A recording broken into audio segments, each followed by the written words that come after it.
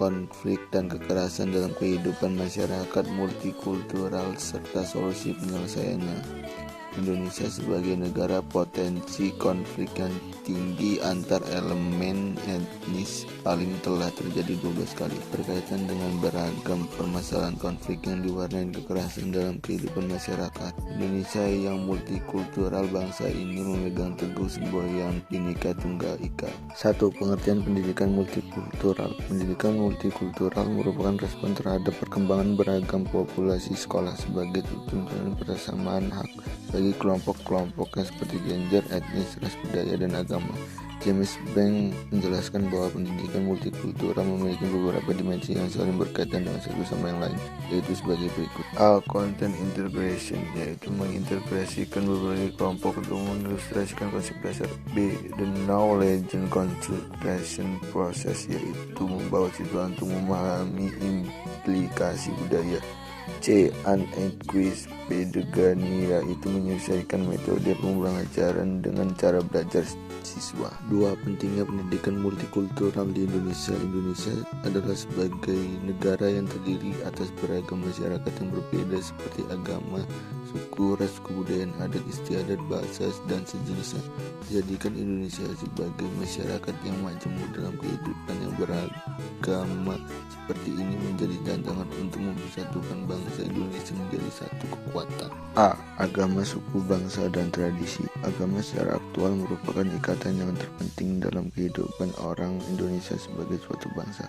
Masing-masing individu telah menggunakan prinsip agama dan menuntut dirinya dalam kehidupan di masyarakat, tetapi tidak pengertian dari keyakinan agamanya pada pihak lain. B. Kepercayaan. Unsur yang penting dalam kehidupan bersama adalah kepercayaan dalam masyarakat yang plural, selalu memikirkan resiko terhadap berbagai perbedaan. C. Toleransi. Toleransi merupakan kunci tertentu bahwa kita dapat mencapai keyakinan. Toleransi dapat menjadi kenyataan ketika kita mengasumsikan adanya perbedaan. Keyakinan adalah kenyataan sesuatu yang dapat diubah. Adapun pentingnya pendidikan multikultural di Indonesia yaitu sebagai sarana alternatif konflik. A. Sarana alternatif pemecahan konflik. Penyelenggaraan pendidikan multikultural di Indonesia pendidikan diakui dapat menjadi nyata bagi konflik dan kekerasan yang terjadi di masyarakat, khususnya di masyarakat Indonesia yang terjadi atas berbagai macam unsur sosial dan budaya. Dengan kata lain, pendidikan multikultural dapat menjadi sarana alternatif pemecahan konflik dan kekerasan.